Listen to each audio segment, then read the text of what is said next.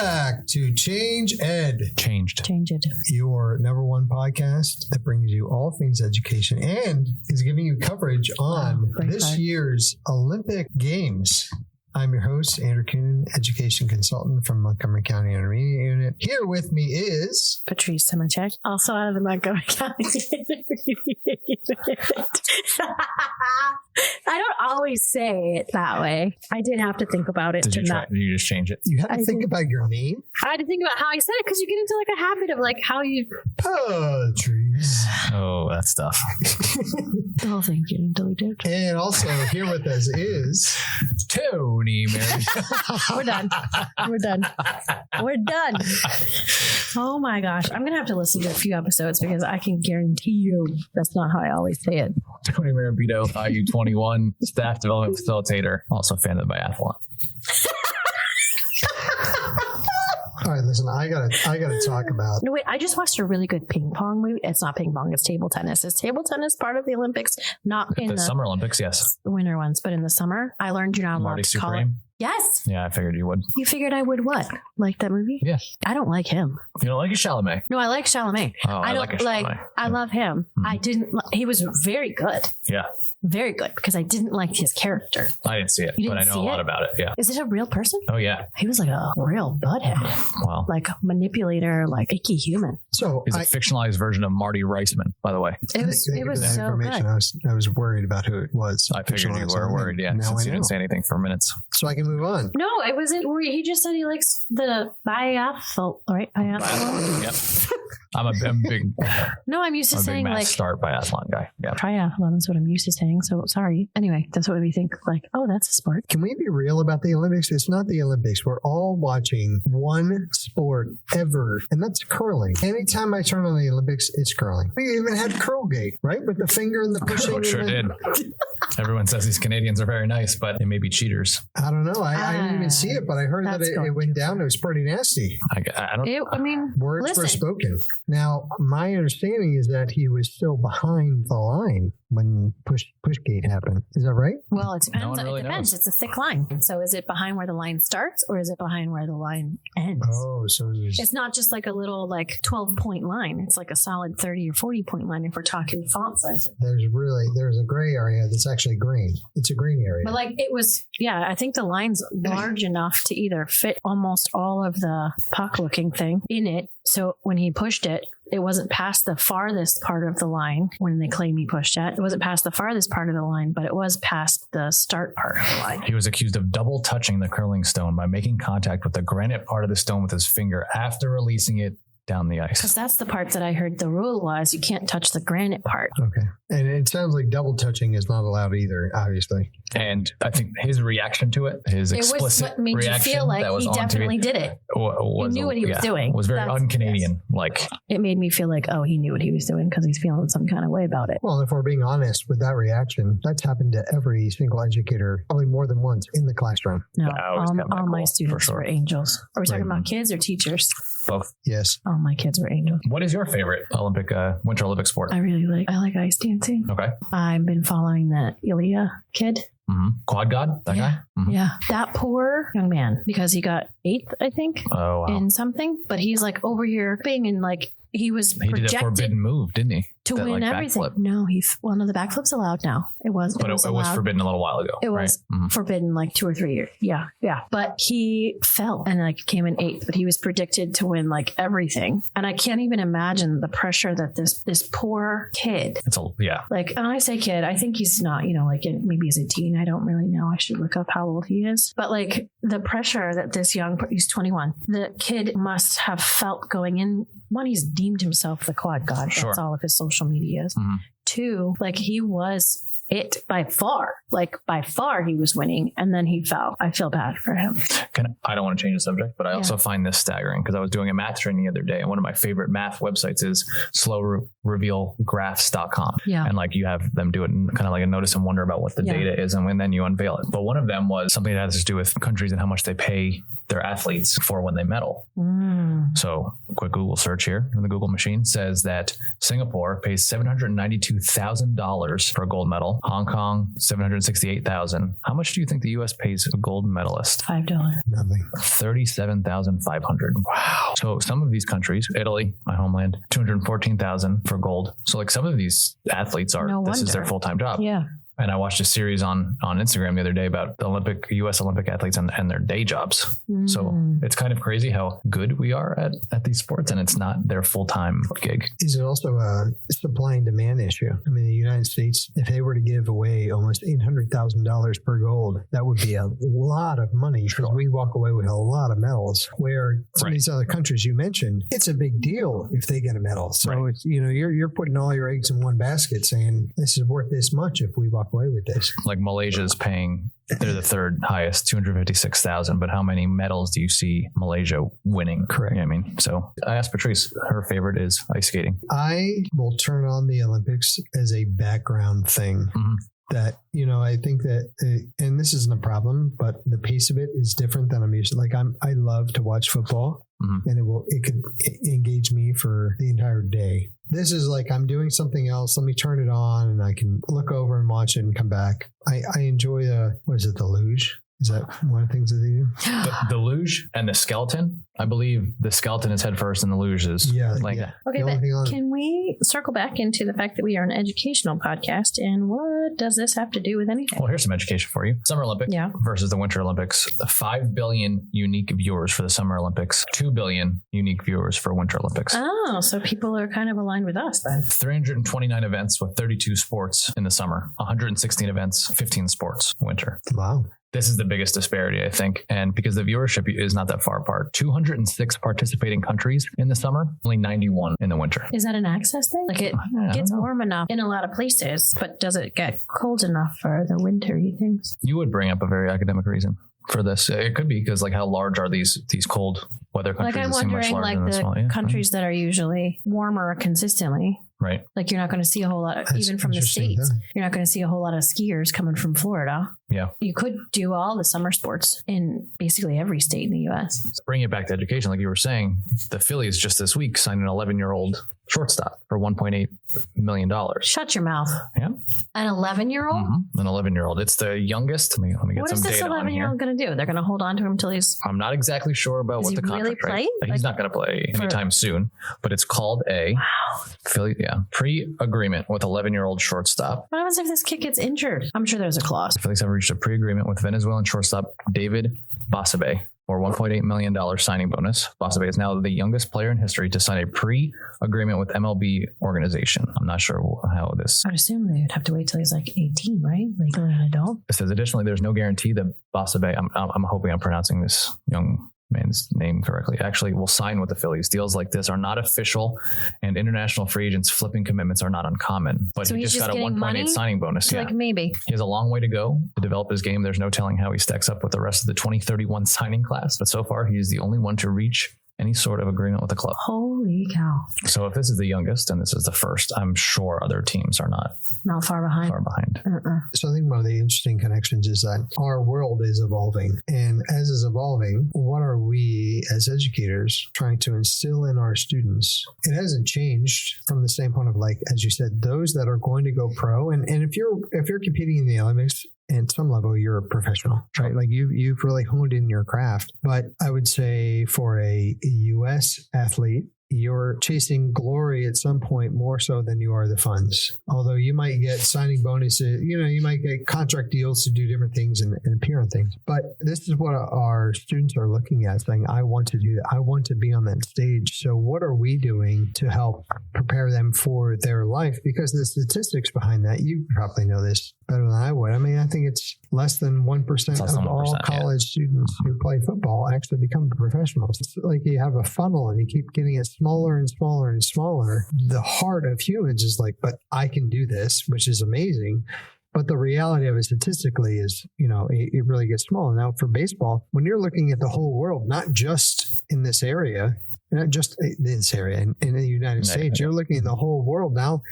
that statistic becomes even more bleak. So how do we still empower students to say, yeah, this is amazing? Now, maybe this is a stretch, but I'll go one step farther with education. I'm privileged enough to work at RIU with our eLearn 21 is what we call it, but it's online learning that we provide for all of our districts so students that attend a public school district can attend and still stay enrolled at their school, but have an online component to it. Nice. So for whatever reason, we have so many different, for illnesses, for travel because of parents' work, for their own sports. We have a bunch of parkettes, which is gymnastics up near us. Yeah.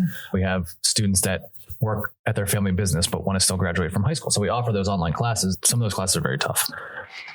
There's also the 2-hour learning academy that's been all over the news recently. It's called Alpha School, where they condense a school day into 2 hours. And it's completely based on AI. And there's guides. The teachers are called guides, but it's completely personalized learning. And this starts as early as it's a K-12 curriculum. So our more and more students, because of how much they're getting paid in college, or even maybe an 11-year-old gets signed for baseball. And I'm sure if you have children that you know how intense youth sports has become. Are there going to be more students that are transitioning to an online education, more personalized, shorter days, so they can focus on a skill or trait, or maybe start even business early? Like we've done this warehouse factory style, 30 kids in a classroom, sitting in desks for years and years and years. So is this a new shift that's going to happen? I think it would be interesting to look at it from a gifted and advanced learner perspective. Like I remember my son Micah, when he was in kindergarten, COVID hit, and he said to me, "Mom, I can do school in an hour. Why do I have to sit here for 6?" And so as a kindergartner, so he already had all these skills.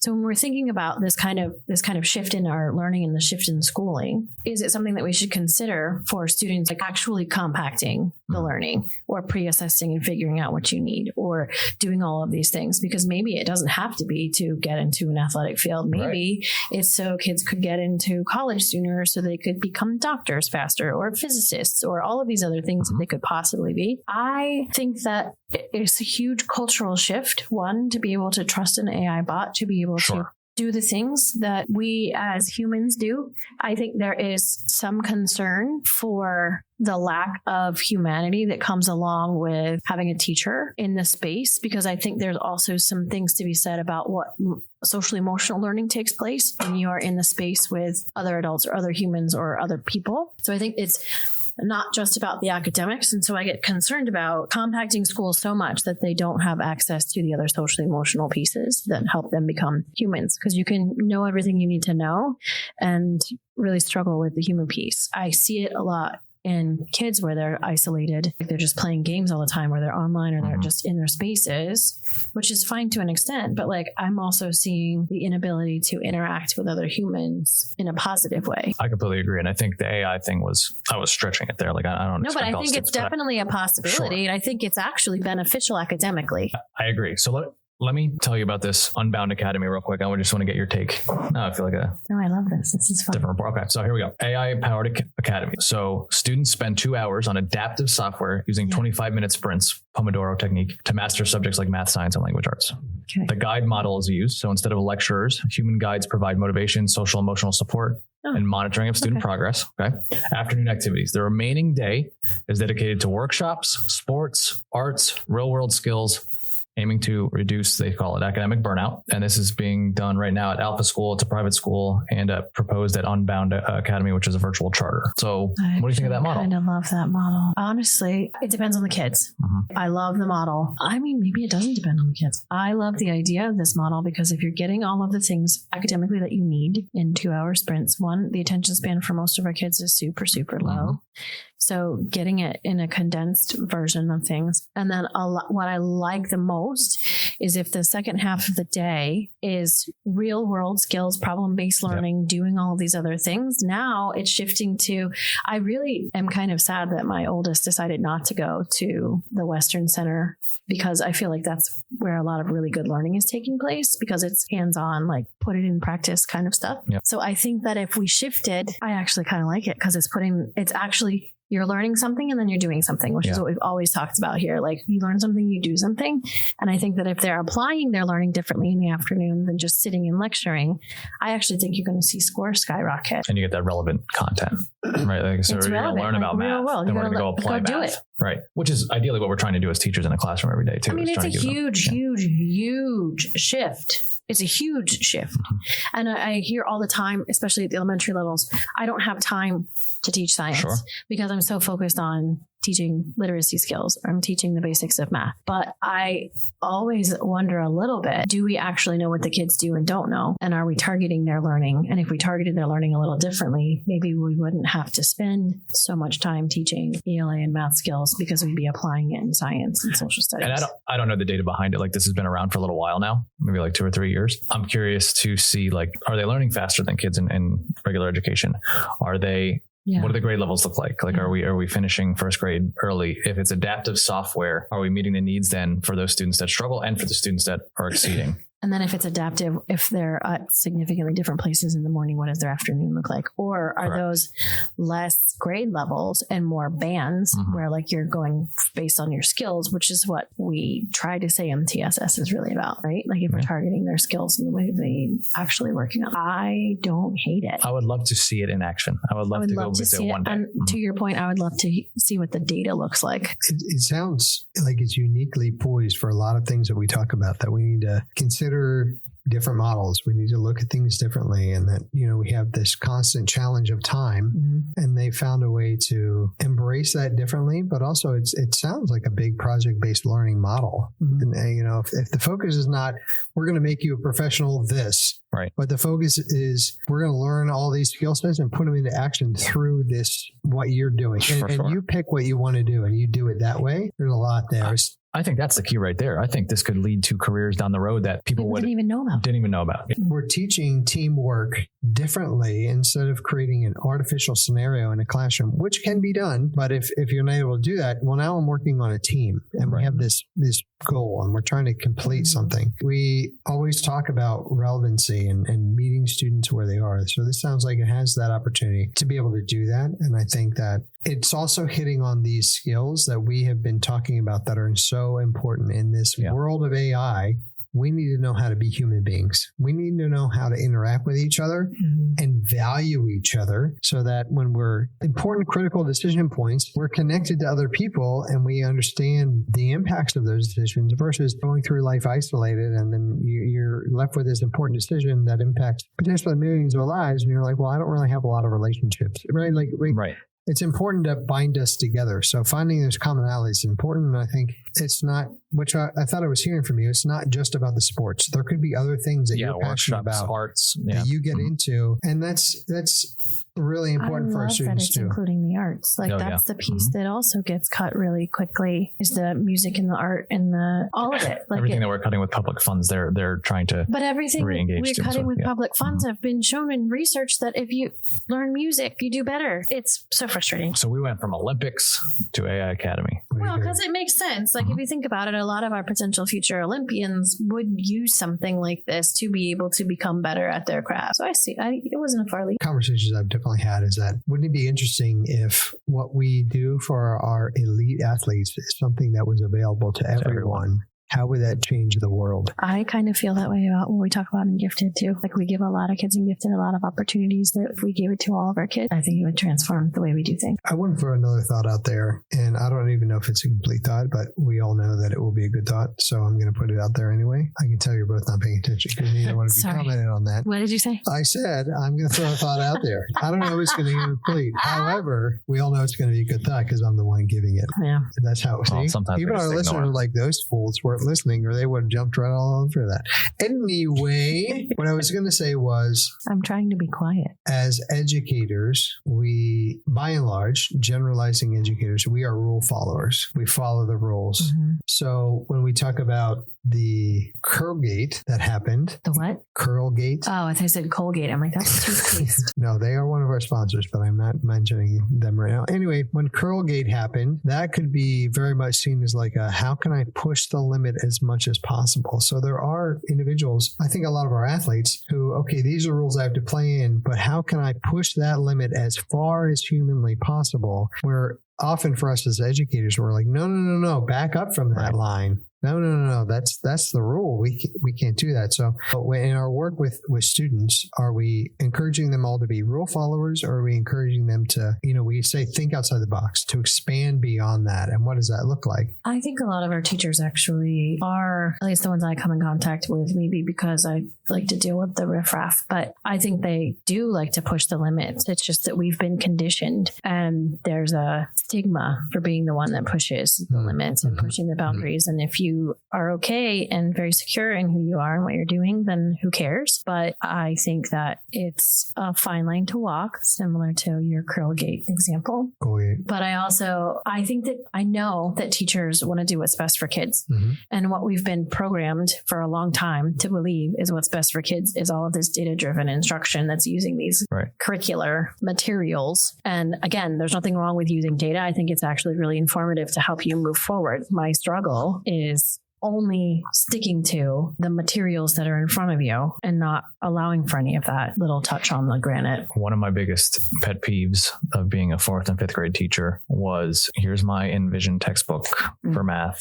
I have to get through all 15 chapters for the PSSA. If some students don't get it, I have to keep going. You have to move on anyway. Yeah. Same page, same date. In this, and now I'm completely dove into this whole alpha advantage here. They progress students on only advance if they have mastery in a subject, and then they go on. There's no grade bands and time-based progression like in our normal public schools. That's what I think the whole idea behind the adaptive piece is huge. Right. Which is what I think all of our teachers want to do. For sure. But we can't do it in a 30-kid classroom without adaptive things to be able to meet us there. So the constraints and all these other things, that's what we talk about. Good differentiation is, but because of the way our system is set up, it's really hard for us to navigate out of that. And without the adaptive piece to actually know where they really are. Because it's very difficult to adapt for 30 children and 30 different, minimum of 30 different needs. It's hard to adapt for 6 different tracks of kids, let alone. It's hard for me to adapt for Andrew. Well, that's a special case. So that's really hard for everybody. I think his teacher just gave up on him. That's why they had him read the same book. I also think we can't have this whole conversation about how awesome this alpha school would be without also saying that it's not free. Yeah. So I would be crazy if I didn't mention the next part as far as cost, because our teachers are working with kids that are attending school for free. Yeah. So after doing some research, there's about 20 schools across the U.S. and they generally cost between $40,000 to $75,000 per year, depending on location. Okay. Now there is a micro school option where if it's not available in your area, it costs anywhere between $10,000 to $15,000. But then I feel like there is a guide assigned to you, but you're doing almost kind of like a homeschool type situation. I don't have more facts than that behind it, but essentially what we're looking at here is between 40 and 75,000, which is per kid, per child, per year. It definitely impacts the conversation. It needs to be part of the conversation as well. They have different, let's say, limitations and resources available to them than the vast majority of those who are in education.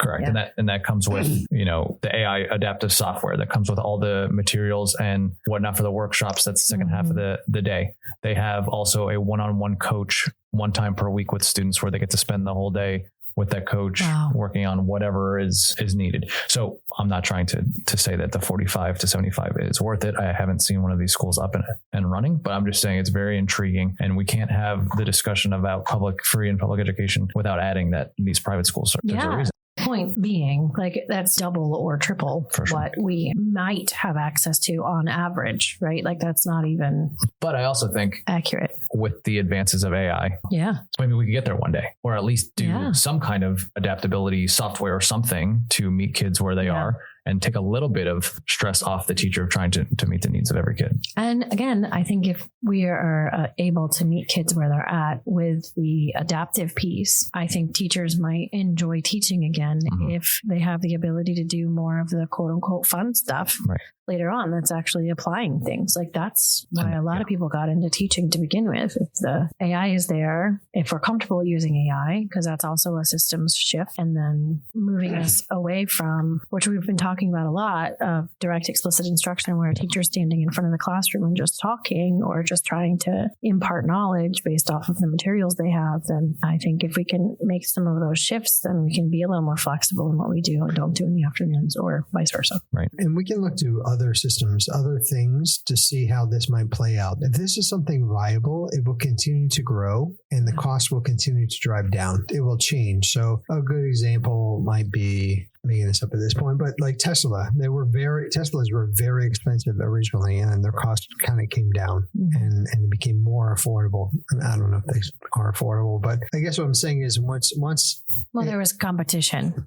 Correct. Yeah. So, that's actually when we were talking about supply and demand, that's actually a good part of the capitalism where, if right now this is kind of the only model that's out there, once others get a hold of this idea, it might start to impact the overall. And I think some cost. of the resources that we have are kind of going there. I feel like there's a lot of adaptive, at least assessments, to be able to figure out where kids are. I mean, the CDTs are adaptive to figure out where kids are based off of Pennsylvania standards. So I think we're getting there in terms of the resources. I think the bigger and the harder part is going to be the systems change that's going to need to take place, because it's a massive, massive shift. We've been teaching this way since public ed in the U.S. started. Gemini already released that guided learning where kids can type in what they want to learn and it'll walk them through step by step. So that's the free version that we all get if we're a Google school. So it's coming. I wish it was here already, as I always, because I'm very impatient, but I think just something to strive for maybe in the future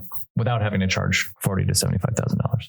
And I think with the amount of time that it takes for systems to change, it's important for us as educators to already have a good vision of what's out there and what's on the horizon, so that we're prepared and so that we don't actually slow the system down further. Because again, it takes a while. If the system is ready to move and we're like, whoa, you can't do that, then we're not ready. So a way that we can help accelerate it from where we're at is if we are forewarned is forearmed. So you're ready for the possibilities out there. We're knowledgeable so that we can be helpful as the system prepares to adapt. Tony, I want to hear your favorite moment in curling from this year's Olympics.